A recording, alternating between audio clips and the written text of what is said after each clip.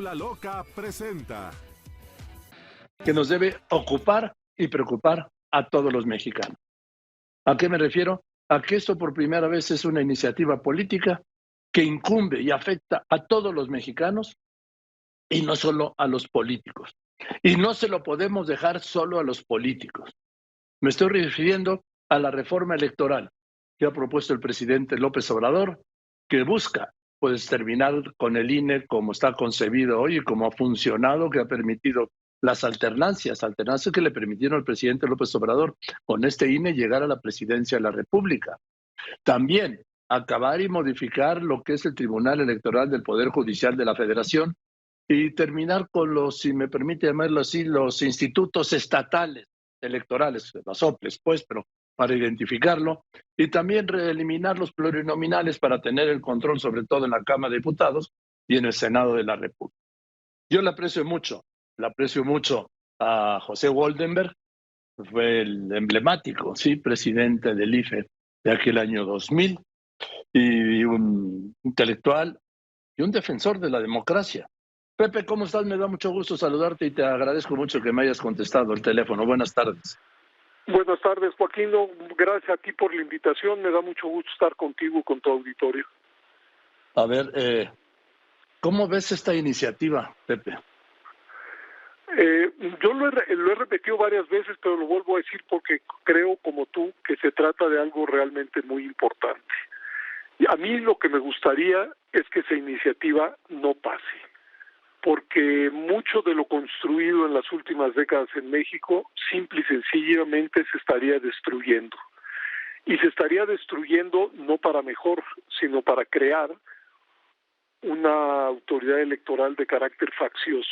Y si algo se ha logrado en México en los últimos años, pues es construir un instituto, el Instituto Nacional Electoral, que da garantías de imparcialidad a todos, y cuando digo todos me refiero a los partidos, a las organizaciones de la sociedad civil, pero también a los gobiernos. Es decir, si algo hemos visto en los últimos años en México es que son los humores públicos cambiantes los que acaban por decidir quién debe gobernar, quién debe estar en los cuerpos legislativos. Y eso que se dice fácil, pues fue una construcción de varias generaciones, de tal suerte que ojalá, vuelvo a repetir, pues esa iniciativa no pase. Bien, ¿qué opinas de que se vaya a cambiar primero el nombre? Porque ya ves que lo primero que se cambia cuando llega alguien o quiere cambiar algo es el nombre o el logotipo, pero no que hay más que el nombre. Instituto Nacional de Elecciones y Consultas, pero el fondo es que van a reducir de 11 a 7 los consejeros, pero sobre todo el tema de cómo elegirlos. El presidente va a proponer 20 candidatos, el Congreso, que controla Morena, otros 20, y la Corte, cuya mitad tiene el presidente, otros 20. Sí. Bueno, yo creo que ese es uno de los temas fundamentales y que yo creo que causarían un enorme daño. Voy a tratar de explicarlo, porque cambiar el nombre desde mi punto de vista es insubstancial, eso no tiene mayor problema, y el número de consejeros pues se podría en efecto ajustar. Ese no es el quid. El quid es cómo se eligen a los consejeros. Hoy estos se eligen a través de una convocatoria pública, la gente se inscribe, los que creen que tienen méritos para ser consejeros, se nombra un comité técnico que los evalúa, ese comité técnico que los evalúa salen 3 nombrados por la JUCOPO, por la Junta de Coordinación Política de la Cámara de Diputados, 2 por el INAI, 2 por la Comisión Nacional de Derechos Humanos, es decir, se trata de 7 personas que hacen una primera criba, llamémosle así.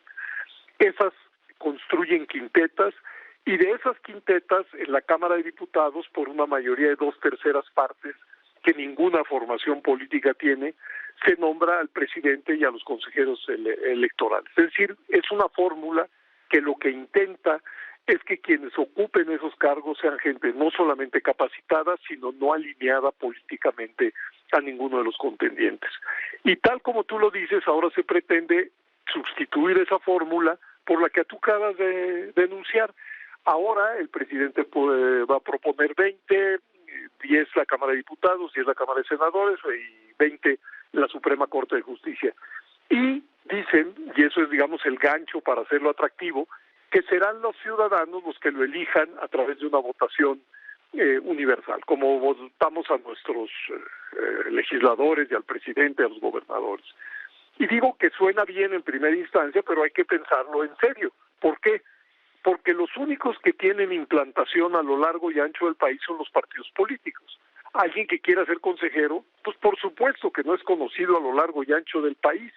Si quiere hacer una campaña efectiva, tendría pues que pedir el auxilio de alguno de los partidos, con lo cual estaríamos partidizando a esos, digamos, candidatos a consejeros. Pero lo peor sería, imagínense, no es muy extraño que así sucediera, que los 7 nuevos consejeros salieran de la propuesta del presidente de la República.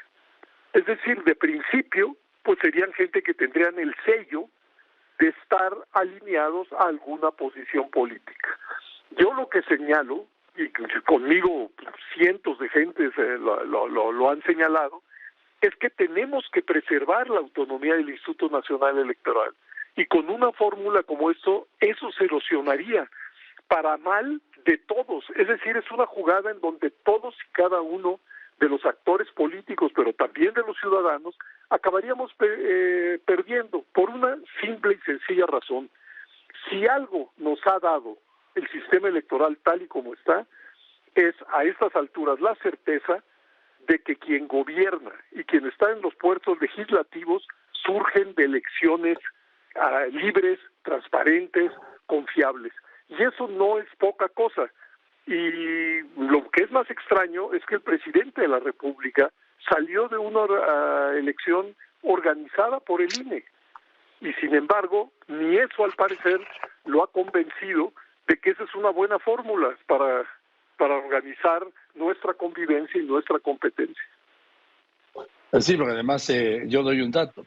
En las últimas 3 elecciones ha habido un presidente del PAN, un presidente del PRI y un presidente de Morena. Más alternancia, imposible. Nunca se había registrado en la historia de México. Es decir, la alternancia depende de la decisión de los ciudadanos. Y lo que ha probado la autoridad es que es una autoridad capaz de asimilar la votación de la sociedad tal y como ésta viene. Ahora, Pepe, el tema, dices tú que todos pierden. No, gana el presidente. Pierden todos, pero el presidente gana. Pero el presidente ganaría en el cortísimo plazo. A la larga acabaría perdiendo. Es decir, México es una sociedad plural. Eso lo sabemos todos. Quien tenga una familia, que tenga amigos, que vaya a un centro de trabajo, quien esté en una escuela, sabe que en México hay una pluralidad viva. Esa pluralidad es la que requiere que las diferentes corrientes político-ideológicas tengan un escenario para su competencia, un escenario institucional. Y si algo hemos logrado en los últimos años en México es precisamente eso, que la diversidad política que existe en el país pues vaya a elecciones en donde nadie gana todo, nadie pierde todo, porque los humores públicos son cambiantes, quien gana hoy, mañana pierde, y eso es una muy buena noticia para México. Estamos aprendiendo a convivir en la diversidad. Si alguien cree que una autoridad facciosa, que una autoridad alineada al presidente, que una autoridad alineada a un partido puede ofrecerle al país un futuro venturoso, se está equivocando. Por supuesto que puede ganar en el cortísimo plazo, pero con el paso de 2, 3, 4, 5 años, veremos que más que civilizar la convivencia política, va a ser una fórmula para que la conflictividad vaya en aumento. Y eso pues a nadie le conviene. Cola loca, pegamento de locura. Cómpralo hoy mismo. Pero ya será muy tarde si se aprueba esta reforma. Sería muy tarde y sería catastrófico y sería tristísimo, porque lo que hemos vivido, digamos, desde 1977 con la primera reforma electoral, aquella de Reyes Heroles, ha sido un cambio, si se quiere, gradual, pausado, pero hay que decirlo, en las últimas reformas consensuado. Es decir, los partidos políticos en las últimas reformas han votado todos a favor. ¿Por qué? Porque se están construyendo reglas, insisto en ello, para su convivencia y competencia. Y es muy importante que esos competidores estén de acuerdo con las normas. Cuando eso no se da, pues desde el inicio el proceso electoral empieza mal, porque si a alguno de los jugadores no le gusta el árbitro o no les gusta las reglas electorales, pues el conflicto empieza desde ahí. Hay que recordar que esta sería la primera reforma, y llevamos 8 de 77 acá, que se haga para responder a las exigencias de la Presidencia de la República. Todas las 8 reformas anteriores, todas y cada una, fueron para responder a exigencias de la oposición, y ahí estuvo buena parte de su virtud, porque eran las oposiciones, que fueron diversas a lo largo de los años, las que detectaban las fallas en el sistema electoral, las ponían sobre la mesa y se fueron corrigiendo poco a poco de manera paulatina. Volver a un esquema como el de antes del 77, pues sería un retroceso, me atrevo a decir, de cerca de 50 años.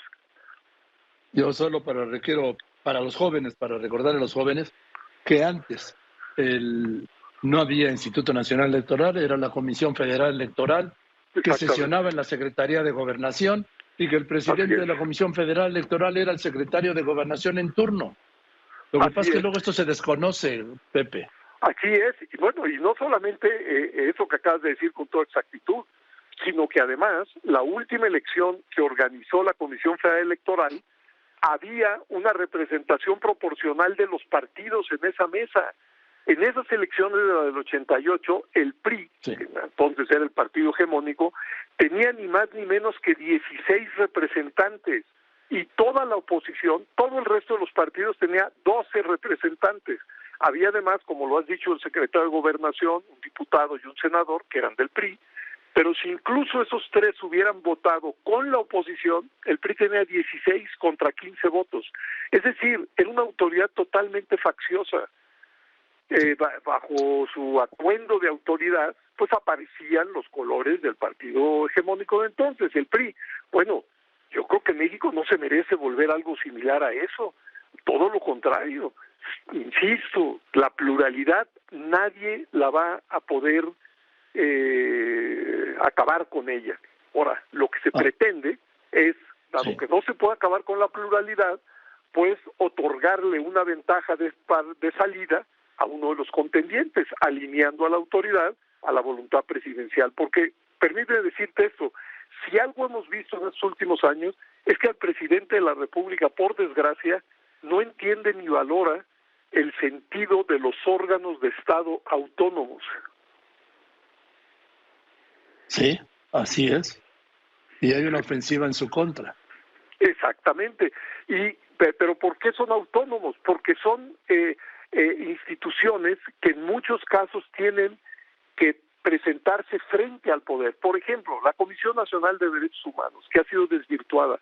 ¿De qué se trataba la Comisión Nacional de Derechos Humanos? De acompañar a las víctimas que hubieran sido agredidas o maltratadas por alguna autoridad, y por eso su autonomía, para en muchas ocasiones ponerse de frente o frente a alguna autoridad. Y igualmente el INAI, el Instituto de Acceso a la Información, pues ¿por qué es autónomo? Pues porque es necesario que si una persona que va y pide información a alguna dependencia pública y se la niegan, cuente con una institución que lo respalde, que lo apoye. Y en ese sentido, si no fuera autónomo, pues estaría alineado precisamente a las dependencias del Ejecutivo, digamos. Bueno, en el caso electoral es todavía más visible.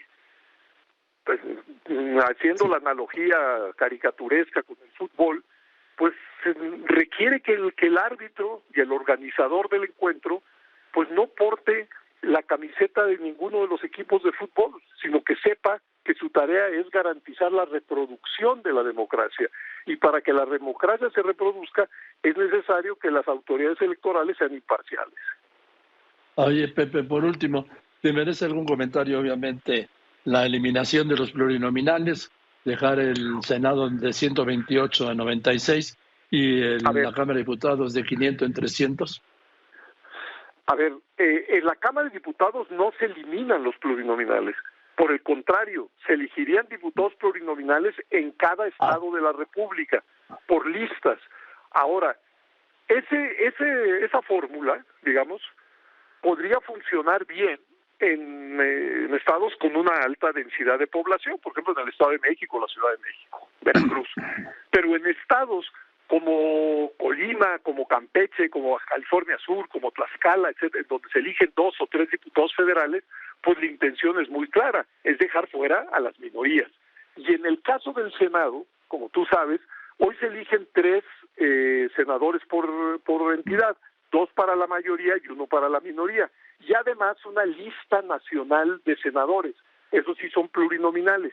Y eso es lo que se quiere sí erradicar.